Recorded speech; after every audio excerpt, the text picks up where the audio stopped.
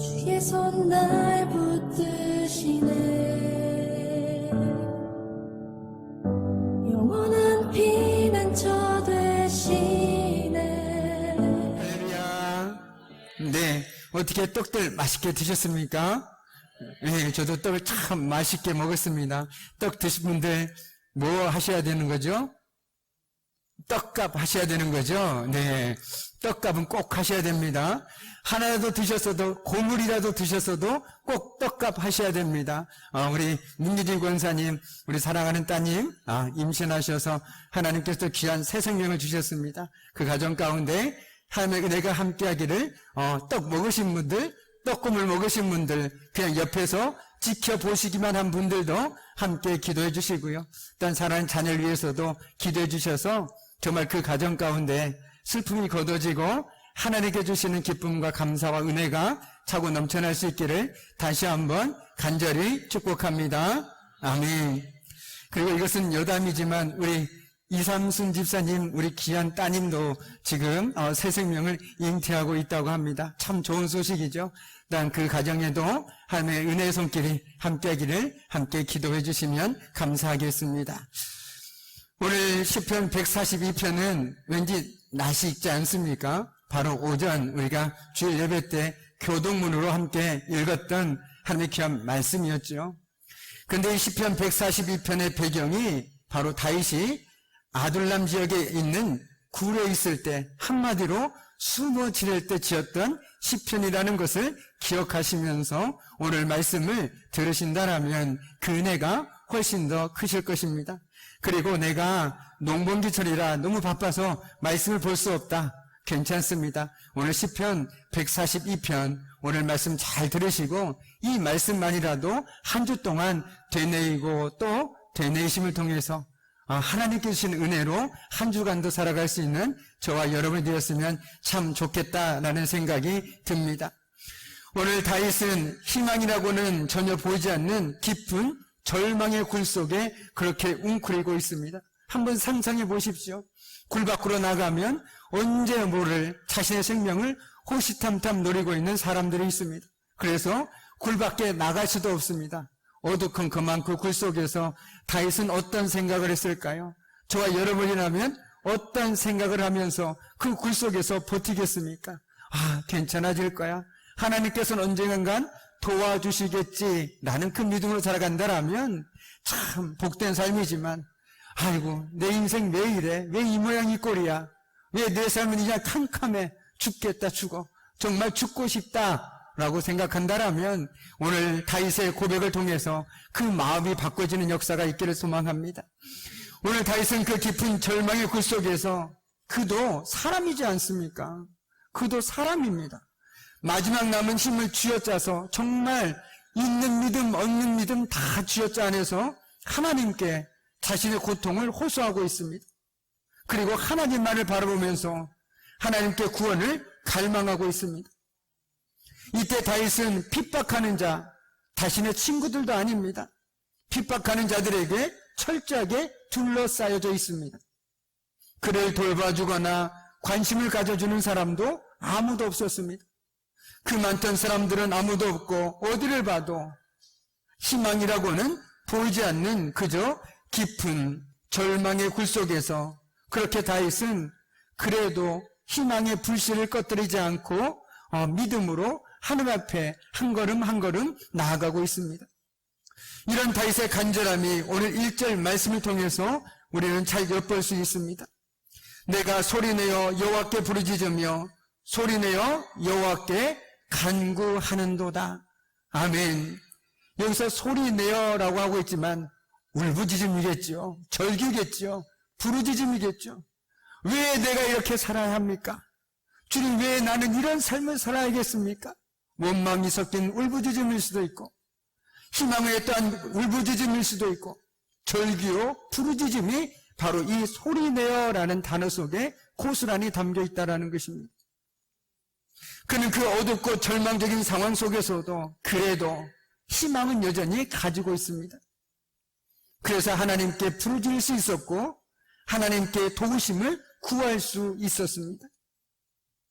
하나님에 대한 믿음과 희망이 그에게 있었기에 어둠도 절망도 더 이상 그의 것은 아니었습니다. 우리 역시 다윗처럼 어떤 환경 속에서도 믿음으로 하나님께 부르질 수 있는 그런 믿음이 있어야 하고, 또한 우리가 하나님께 부르짖을 때에 하나님의 도우심을 구하며 기도할 수 있는 우리 그런 믿음들이 우리 안에 있어야 하겠습니다. 우리가 인생의 위기를 느낄 때 우리는 그냥 부르짖지 않습니다. 지금 내 눈앞에 보이는 상황은 참으로 안타깝고 절망뿐이지만 하나님께서 이 눈물이 기쁨으로 바꿔줄 역전시키실 하나님을 기대하면서 기도하는 것이죠. 그냥 내가 부르짖으니까 내 마음이 편해져서 그냥 내 마음 좀 편해지고 싶어서 기도하는 것이 결코 아닙니다. 분명 우리 기도 가운데 응답하시고 이 상황을 역전시켜 가실 하나님을 기대하면서 기도하는 것이죠. 그렇기 때문에 절망이 그를 집어삼킬 수가 없습니다. 이처럼 우리는 다윗처럼 위기를 기회로 바꿔야 합니다. 바로 하나님을 의지하면서 말이죠. 오히려 낭망하고 깊은 영적인 나락으로 추락하기보다 비상케 하실 하나님을 바라보면서 기도함으로써 그 상황을 은혜의 순간들로 바꾸어 나갈 수 있습니다. 어떤 사람이요, 절망이지만 눈물뿐이지만 아픔뿐이지만 그래도 하나님께서 틀림없이 함께하고 계시고 역전시킬 것임을 믿는 그 믿음의 기도를 통해서 말입니다. 우리의 각자의 삶의 자리는 다 다릅니다. 그러나 하나님께서는 우리들에게 믿음을 주셔서 오늘도 하나님의 귀한 말씀에 우리는 귀 기울이면서 나도 그렇게 살고 싶다. 나도 기도하고 싶다. 나도 하나님의 은혜를 누리고 싶다. 그 마음을 우리에게 주시지 않으셨습니까? 오늘 다윗의 이 마음, 정말 그 깊은 굴 속에서 웅크리고 있을 그 다윗이 더 이상 거기에 함몰되지 않고 그래도 믿음으로 기지개를 펴면서 하나님께 소리내어 기도했던 것처럼 혹시 남에게 말 못할 절망과 아픔과 고통이 있다라면 그 캄캄한 굴 속에서 이제 믿음으로 기지개를 펴시기 바랍니다. 그리고 이 상황을 바꿔가실 하나님을 기대하면서 하나님께 소리내어 부르짖으시기 바랍니다. 하나님께서는 그 부르짖음 가운데 분명 응답하실 것이라고 저는 믿어 의심치 않습니다. 우리에게 그 믿음을 주셔서 내가 부르짖을 때에, 내가 하나님께 기도할 때 하나님께서는 결코 외면하지 않으시리라는 그 믿음으로 어떤 상황 속에서도 다윗처럼 하나님께 기도할 수 있는 저와 여러분이 되기를 간절히 소망해 봅니다. 아멘. 우리 2절 말씀입니다. 내가 내 원통함을 그의 앞에 토로하며 내 우환을 그의 앞에 진술하는 도다 라고 다윗은 얘기하고 있습니다. 한마디로 얘기한다면 다윗은 지금 억울합니다. 분합니다. 우리가 어떤 삶을 살다 보면 억울할 때가 있죠. 분할 때가 있습니다. 참 못 이룰 때가 있습니다. 그 사람 내가 가만히 둬야 돼? 참아야 돼? 지금이라도 가서 그냥 결판을 줘야 될까? 마치 이런 마음이 바로 지금 다윗의 마음이라는 것입니다. 그런데 그때 다윗은 그 모든 억울함을 하나님께 토하고 있다라고 얘기하고 있습니다. 어떻게 보면 하나님께 고자질하고 있는 것과 마찬가지라는 것이죠. 하나님, 나는 잘못한 게 없는데 그 사람이 자꾸만 날 이렇게 하니 너무 원통하고 분해서 살 수가 없습니다. 하나님께서 그 삶을 바꿔주시든지 아니면 나를 바꿔주시든지 내 삶을 바꿔주시든지 그 사람의 마음을 바꿔주시든지 제발 좀 좌우지단간 하나를 좀 해주십시오. 나 너무 원해서 못 살겠습니다. 나 너무 분해서 못 살겠습니다. 이렇게 다윗은 하나님께 고백하고 있다는 것입니다. 이것이 참으로 중요한 것 같습니다. 우리도 억울하는 경험 많지 않습니까? 분할 때 있지 않습니까? 내가 저 사람한테 얘기하면 마음이 좀 속 시원하겠지라고 생각하고 내 마음에 있는 걸 다 쏟아냅니다. 그리고 집에 갔더니 웬걸요? 아까보다 더 무거운 두세 배의 돌이 내 마음을 확 짓누릅니다. 내가 괜한 짓을 했다. 하지 말걸. 하지 말아야 할 말을 했고 하지 말아야 할 행동을 해버렸구나. 이렇게 우리는 후회한 적이 얼마나 많으십니까? 내가 정말 누군가에게 말 못하고는 도저히 못 버티겠다. 내가 밤잠을 설치지 못하겠다. 그러면 사람 찾지 마시고요. 하나님께 기도하시기 바랍니다. 하나님께 기도하라는 얘기가 아니라 하나님께 그냥 얘기하십시오. 하나님, 나 잠이 안 와요. 잠을 자고 싶은데 그 사람 때문에 너무 분하고 원통해서 잠을 잘 수가 없습니다.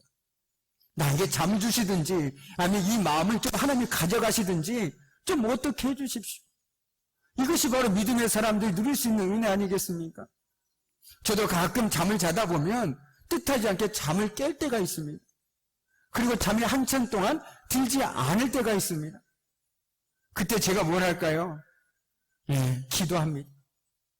특별히 뭔가를 갖고 기도하진 않습니다. 그냥 하나님 왜 나를 깨우셨습니까? 내가 뭔가를 기도해야 될 것이 있습니까? 그러면서 평소에 했던 기도들을 하다 보면 저도 모르게 잠들어 있습니다. 그런데 대부분 어떻습니까? 잠이 안 오면 자야 되는데 이놈의 잠이 왜 안 올까? 입을 두었다가 이랬다가 저랬다가 그러다 보니 시간만 지납니다. 그러지 마십시오. 그런다고 잠들지 않습니다. 그냥 하나님께 내가 기도하시 누워서 편안하게 평소에 내가 하나님께 기도하고 싶었던 것들 조용히 생각하면서 그냥 속으로 기도하면 어느새 모르게 깊은 잠에 빠지는 경험을 하게 될 것입니다. 혹시라도 오늘 밤에 하나님께서 깨워주시면 나보고 기도하라나 보다. 기도하다 잠자야겠다. 이런 생각으로 마음 편안히 가지시고 기도하시면 오히려 하나님의 은혜를 누릴 것이고 하나님께 주시는 꿀과 같은 잠을 또한 자게 될 것입니다. 어쨌든 오늘 다윗은 자기가 결코 삭힐 수 없는 고난의 쓴 감정을 하나님 앞에 쏟아놓고 있다는 것이죠. 얼마나 분통이 터지겠습니까? 얼마나 억울하겠습니까? 우리는 알지 않습니까? 다윗은 잘못한 것이 하나도 없다라는 사실을 말이죠. 지금까지는. 그런데 그는 도망 다녀야 됩니다. 자기는 아무것도 잘못한 거 없는데 자기를 죽이려고 쫓아다닙니다. 그리고 자기 주변에 있던 사람들 그 누구도 의지할 사람이 없습니다. 내가 인생을 잘못 살았나? 왜 내 삶은 이러지? 이런 인생 살아서 뭐하나? 이것이 보통 흔히 교회 밖의 사람들에게서 들려지는 말들 아닙니까? 이렇게 살아서 뭐하냐고. 그러나 우리는 다르지 않습니까? 오늘 다윗이 우리들에게 분명히 보여주지 않습니까? 다윗도 하나님의 마음에 합했다고 말하는 그 다윗 역시도 이런 아픔의 시간들이 있었고 고통의 시간들이 있었고 우리 못지않게 힘겨운 시간들이 있었다라는 것을 우리는 기억해야 되는 것입니다. 그런데 우리와 결정적인 차이가 있다면 우리는 원통함과 분함을 때론 사람에게 풀면서 해결하지만 다윗은 철저하게 하나님 앞에 토했다는 것입니다. 자기 속에 있는 그 모든 감정들을 있는 그대로 쏟아놓았다는 것이죠. 그래서 어떤 분이 저한테 이런 얘기를 물어본 적이 있습니다. 정말 하나님 앞에 얘기하다 보면 그래도 하나님이신데 내가 좀 이렇게 예의를 갖추고 좀 이렇게 조심스럽게 말해야 되는 것 아닙니까? 라고 말합니다. 그것은 쏟아놓는 것이 아니죠. 그것은 토해놓는 것이 아닙니다. 내가 억울할 때 누군가에게 말할 때 이분이 나보다 어른이니까 예의 갖추고 다 따져서 하십니까? 아니요. 그것은 쏟아놓는 것이 아닙니다. 하나님께 쏟아놓으라는 것은 무엇이냐면 내 마음에 있는 미움 그 모든 것까지 다 쏟아놓는 것입니다. 어차피 쏟아놓지 않아도요 하나님은 이미 우리 마음 다 알고 계시지 않습니까? 아무리 말 그럴싸하게 할지라도 하나님은 우리 마음 다 알고 있지 않습니까? 제 아들이 가끔 이런 얘기를 합니다. 아빠 저 뭐 해야 돼요? 책 읽어야 돼요? 근데 그 녀석의 말은 딱 하나입니다. 저에게 듣고 싶은 말은 게임하게 해달라는 거. 근데 알고 있지 않습니까? 저는 이미 알고 있지 않습니까? 근데 어떻게 얘기합니까? 그래도 그렇게 얘기하면 혼날 것 같으니까 아빠 이제 뭐 해야 돼요? 책 읽어야 돼요? 놀아야 돼요? 이렇게 물어본다는 거예요. 근데 저는 압니다. 너 지금 나한테 게임 10분만 하게 해주세요. 15분만 하게 해주세요. 이걸 원하는구나. 하나님도 똑같다라는 겁니다. 내가 아무리 다른 말로 그럴싸하게 얘기할지라도 네가 얘기하고 싶은 그게 아니잖냐. 요거 아니냐. 그러면 그걸 얘기해야죠. 왜 두리뭉실 둘러가지고 믿음 좋은 마냥 그럴싸한 말로 할 필요가 없다라는 것입니다. 기도는요, 내 마음을 있는 그대로 쏟아 놓을 때 그것이 진짜 기도인 것입니다. 물론 공중 기도는 다르죠. 대표 기도는 다릅니다. 그러나 하나님과 나와의 개인적인 기도에서는 내가 하나님께 못할 말이 무엇이 있겠습니까? 내가 하나님께 내비치지 못할 말이 무엇이 있겠습니까? 이것이 바로 하나님께서 우리에게 원하시는 기도라는 거예요. 그래야만, 내가 하나님께 비워내야만, 쏟아내야만 하나님이 보이기 시작할 거 아니겠습니까? 오늘 다시 그랬다라는 거예요. 그 억울한 마음 하나님께 풀어내고 나니까 그 마음이 편해지더라는 겁니다. 비록 지금 상황은 참 암담하지만 그래도 하나님의 자리가 생기기 시작하더라는 거죠. 그렇다면 우리는 오늘 어떻습니까? 우리 역시 아무리 생각해봐도 풀 수 없고 가슴에 담아두기 힘든 억울한 일을 겪어본 적 많죠. 저도 많습니다. 잠 못 이룰 때 많습니다. 그래서 성도님들이 저한테 얘기합니다. 목사님은 참 마음이 약해서 이러려다라고 얘기합니다. 네, 맞습니다. 저 마음 참 약합니다. 근데 그만큼 잠 못 이루는 시간도 참 많겠죠. 누군가는 말없이 그냥 의미 없이 하는 말 한마디가 누군가에게는 잠 못 이룬 밤을 줄 수도 있다라는 거 잘 알고 있습니다. 그런데 한 가지 달라진 점이 있습니다. 제가 마음이 약한 것은 바꿀 수 없지만 그것을 해결하는 방법은 달라졌다라는 것이죠. 내가 해결해야지. 아니요. 하나님께 얘기하면 됩니다. 오늘 다윗처럼 하나님께 모든 것을 얘기하면 됩니다. 왜요? 하나님께서 모든 것을 아시니까. 그리고 하나님께서 뭐요? 분명히 갚아주실 것이니까. 그것이 성경이 얘기하고 있는 것입니다. 하나님 우리의 모든 것을 아시고요. 분명한 것은 무엇이냐면 하나님은 선악간에 분명히 갚아주신다는 것입니다. 우리가 새벽에 열왕기상, 사무엘 상하를 함께 나누지 않으셨습니까? 특별히 열왕기상에 보면은 시므이와 아도니아와 그리고 요압 이 세 사람들 다윗에게 참 아픈 가시였습니다. 그런데 어떻게 했습니까? 다윗이 그들을 죽였습니까? 아니요. 하나님께서 그들이 행한 대로 그대로 되갚아 주셨습니다. 하나님께서 모든 것을 아십니다. 심판은요, 하나님의 때가 되면 하나님께서 해결해 주시는 것입니다. 그렇기 때문에 내가 무엇인가를 해결하려고 하기보다 하나님께 그냥 얘기하면서 그 마음을 내가 풀으라는 겁니다. 이것이 오늘 다윗이 해결한 방법이라는 것이죠. 우리가 성경을 보면서 다윗이 사울을 미워한 적 보신 적 있으십니까? 사울이 미워서 죽겠다라고 말한 적 들으신 적 있으십니까? 이상하게도 없습니다. 사울에 대해서 안 좋게 얘기한 것도 없습니다. 왜 그럴까요?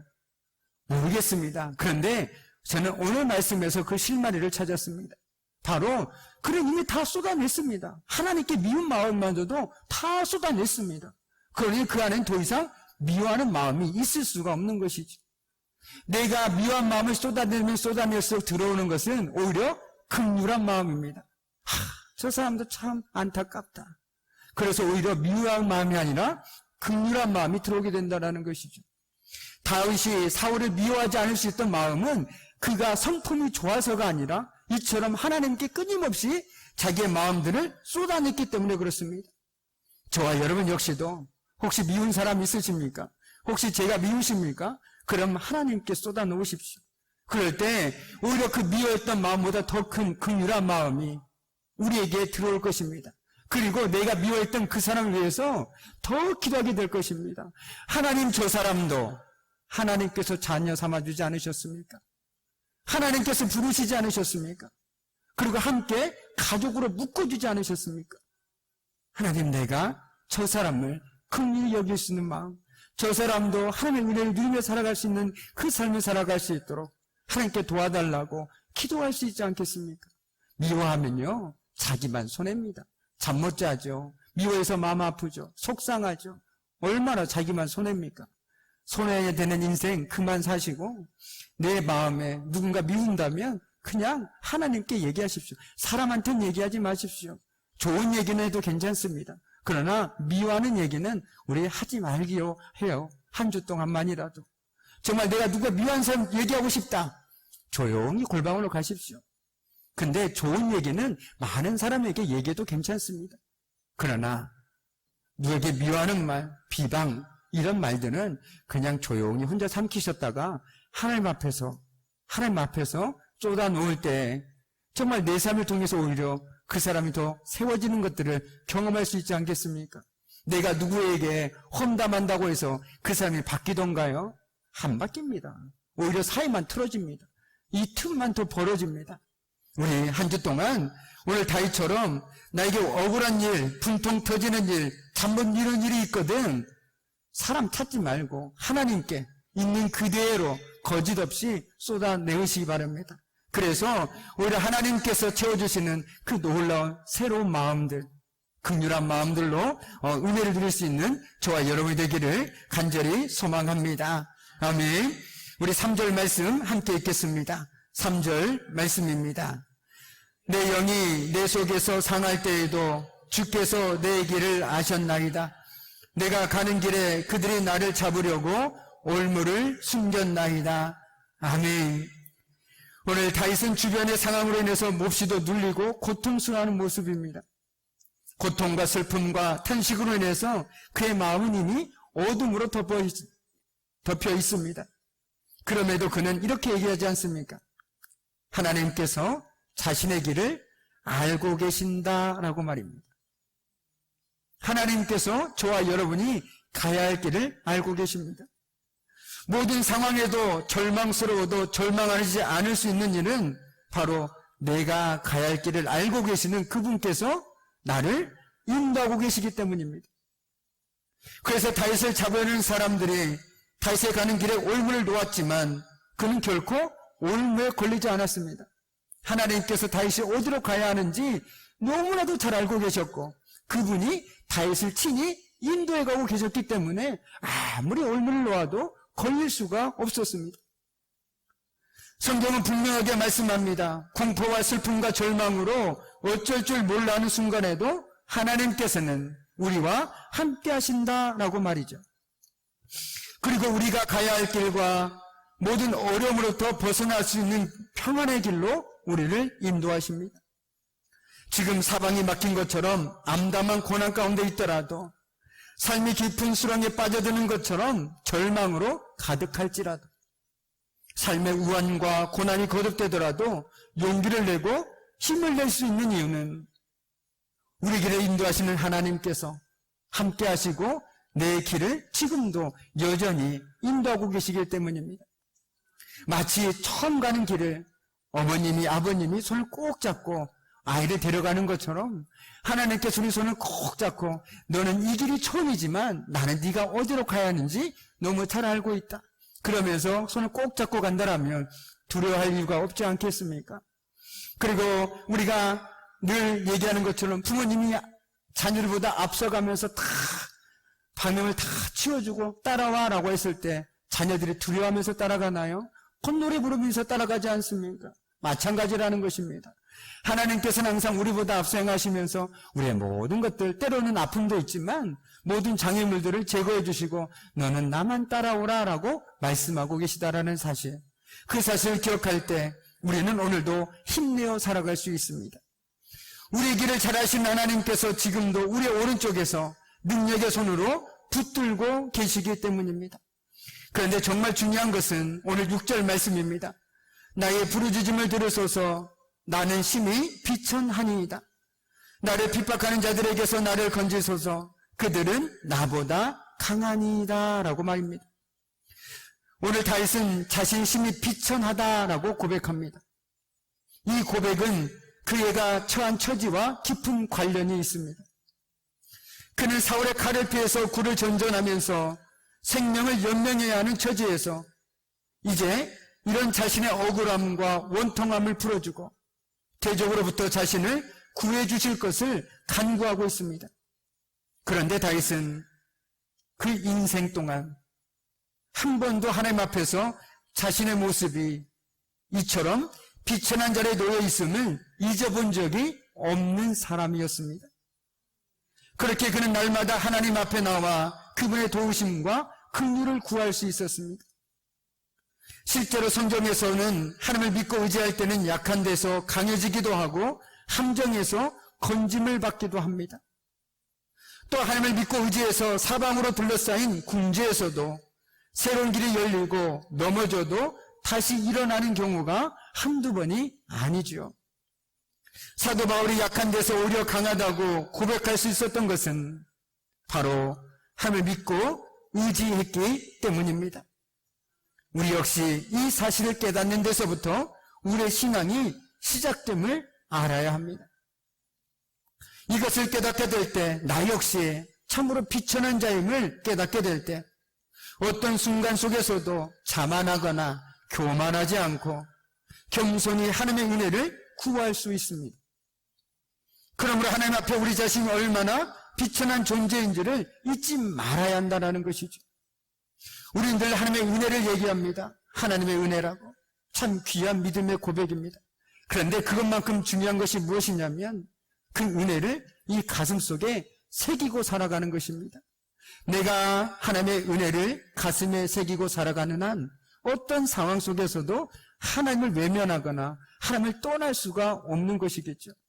이 예가 어떨지 모르겠습니다. 내가 부모님의 은혜를 기억하고 살아가는 한 부모님이 어떤 모습이든 내 삶에 도움이 되든 도움이 되지 않든 그 부모님을 절대로 떠날 수도 외면할 수도 없는 것이죠. 왜요? 은혜가 있는데요. 그분 때문에 내가 살아왔는데요. 마찬가지 아닙니까? 내가 하나님의 은혜라고 얘기하는 것은 지금까지 내가 하나님의 은혜로 살아왔는데 어떻게 내가 그 하나님을 외면하고 떠날 수 있느냐라는 것이죠. 지금 당장 내가 알지 못하는 상황들 때문에 말입니다. 이제 말씀을 마무리 짓습니다. 오늘 다윗은 우리에게 분명하게 얘기합니다. 그 역시도 참으로 어둡고 절망의 굴에 있을 때가 있었다. 그러나 그 상황 속에서도 그는 하나만을 잊지 않았습니다. 바로 하나님의 은혜라는 것이죠. 쫓고 쫓기는 그 모든 삶의 순간순간 속에서도 하나님의 은혜가 있었기에 지금까지 그가 살아갈 수 있음을 고백할 수 있었기 때문에 그는 그 상황 속에서도 하나님께 기도할 수 있었습니다. 그리고 그 억울한 마음을 그는 그냥 삭히지 않았습니다. 괜찮아질 거야, 언젠간 나아지겠지, 이런 긍정의 힘이 결코 아니었습니다. 마음이 아프면 아픈 대로 하나님께 쏟아냈습니다. 믿음의 마음이 나오면 나올수록 믿음의 마음도 쏟아냈습니다. 내 안에 구정물을 자꾸 퍼내야 맑은 물이 될 거 아닙니까?